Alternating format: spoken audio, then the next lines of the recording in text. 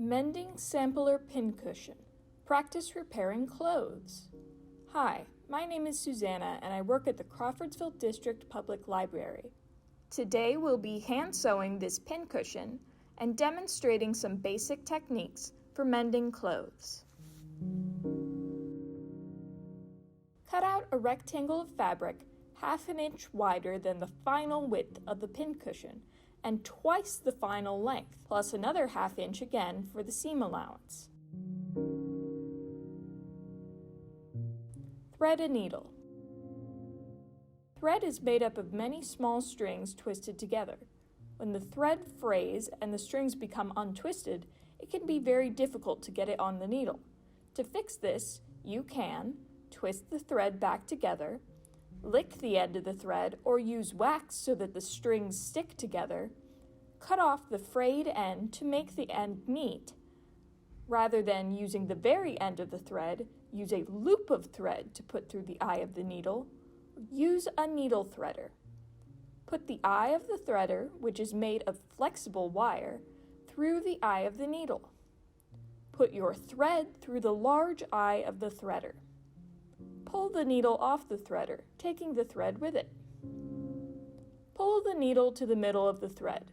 Sewing with the thread doubled over like this is more secure. Tie a knot at the end of the thread. If the knot is so small that it will slip through the fabric, tie more knots over it until it is large enough. Sew on a button. Position the button on the nice side of the fabric. If there is a corresponding buttonhole, make sure your button aligns with it correctly. Poke up through the fabric and one hole of your button. Pull the thread all the way through so that the knot catches on the fabric. Poke the needle down through the next hole of the button and into the fabric. Pull it through. Repeat so that all of the holes in the button have been stitched through.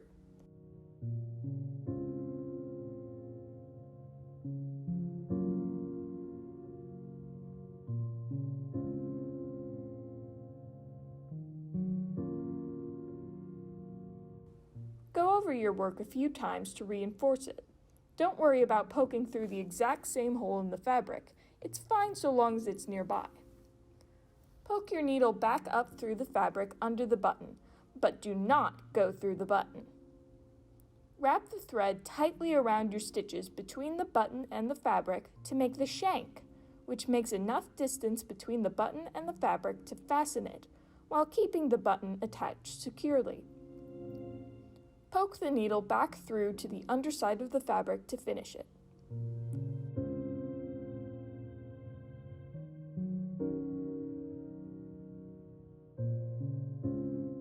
Sew on a patch with the whip stitch, which is good for tacking down the edges. Position the patch on the nice side of the fabric. The patch should be large enough that you can sew it to strong fabric, not the fraying edge of a hole. Cut a length of thread at least 3 times the length of the seam. Don't be afraid to overestimate. It's easier to work with too much thread than with too little. Starting at the corner, poke the needle up from underneath through both pieces of fabric, about 1/4 inch away from the edge. This extra fabric, the seam allowance, holds the thread in place. The stitching will rip right out if you sew too close to the edge of the fabric. Pull the needle all the way through until the knot catches on the fabric. Poke the needle back down into just the fabric, right outside the edge of the patch. If you are sewing around the edge of the 2 pieces of fabric rather than slapping a patch in the middle, you will not do this step. The thread will just wrap around the outside edge of both when you poke the needle up again. Move over 1 stitch length and poke the needle up through both from underneath again. Repeat this pattern all the way around the perimeter of the patch.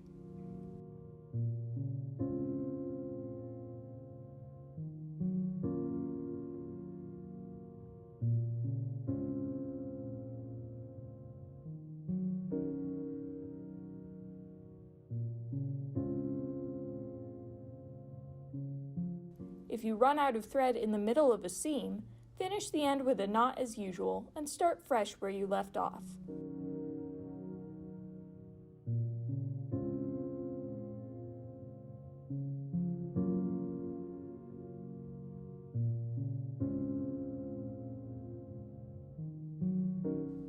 After you sew, finish it securely. Leave a tail of thread longer than your needle. Poke your needle under the thread of your last stitch, making a loop. Poke your needle through the loop and pull tight. Repeat, making a knot.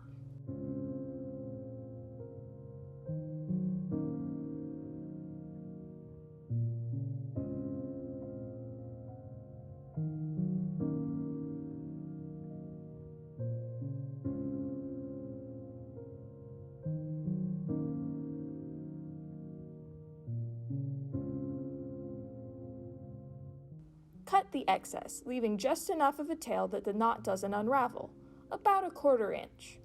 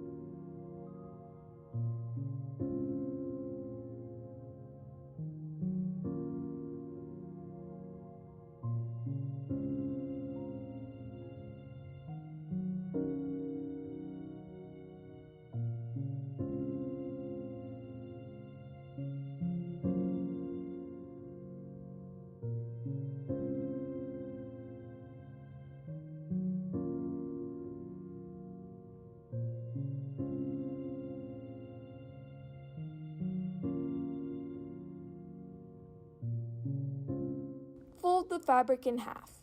If you want to hide the seam, fold the 9th sides of the fabric together. At the end, you will flip your work inside out. If you want to show off the seam, fold the back sides of the fabric together. You will not need to flip it. If you just want to hide the knots, start and end your sewing in between the 2 layers of fabric. Sew the left side with the running stitch, which is quick and easy. Line up the edges you want to sew together. Sewing pins can help keep things in place while you work. Starting at the corner, poke the needle up from underneath through both pieces of fabric. Pull the needle all the way through. Move a short distance, between 1/8 to 1/2 inch, down the edge from the corner. This distance, called the stitch length, can be shorter or longer depending on your preferences. Small, close stitches are neater and more secure, but take much longer to do. Long stitches are useful for temporary seams, called basting. Poke the needle back down through both pieces of fabric and pull it through. Move another stitch length and poke the needle up from underneath. Repeat this pattern all along the left side, up to about 1/4 inch from the top.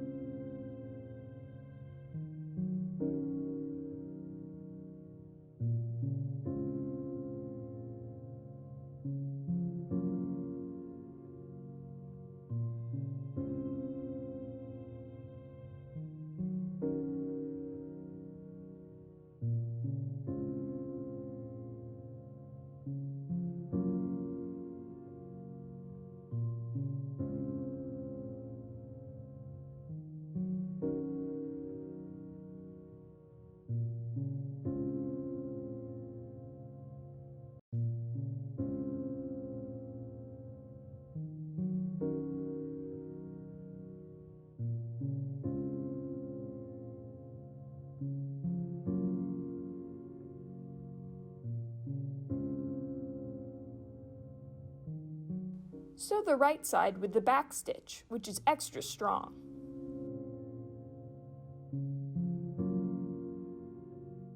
Start just the same as the running stitch.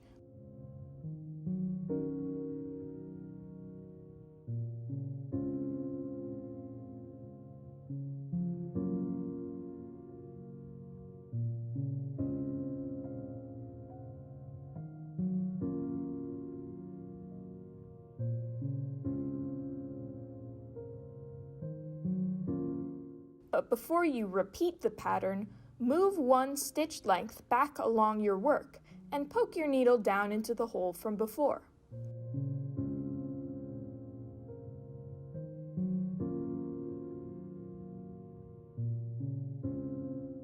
Move 2 stitch lengths over and poke your needle up through the fabric.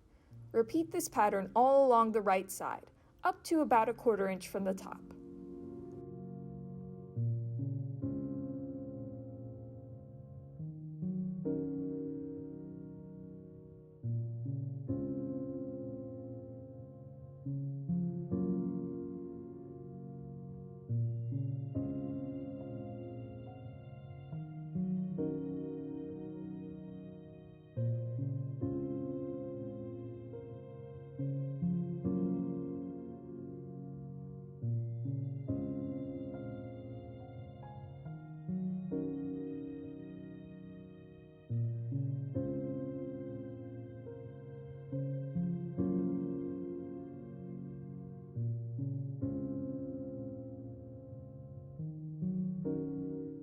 With only one side left to sew, flip your work inside out if needed.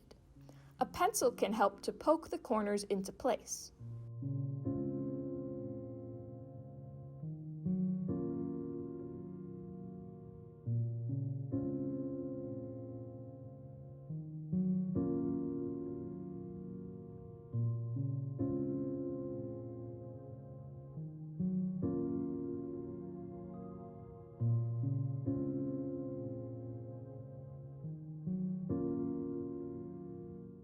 Fill the pincushion with stuffing.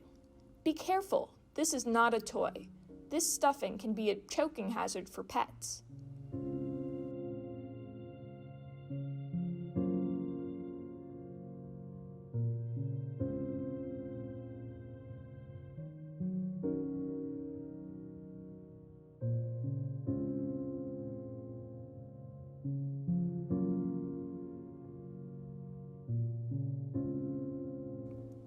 Sew the top with the ladder stitch, which is easily hidden. Line up your fabric with the 2 pieces side by side. Starting on the back side, poke the needle through one piece of fabric. Poke the needle through the nice side of the other piece of fabric.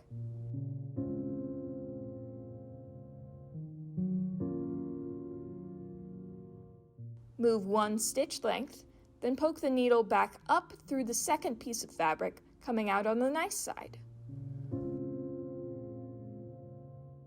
Poke the needle through the nice side of the first piece of fabric. Move 1 stitch length, then poke the needle back up through the first piece of fabric, coming out on the nice side. Repeat this pattern all along the seam. As you pull it tight, the seam will fold in on itself and hide your stitches.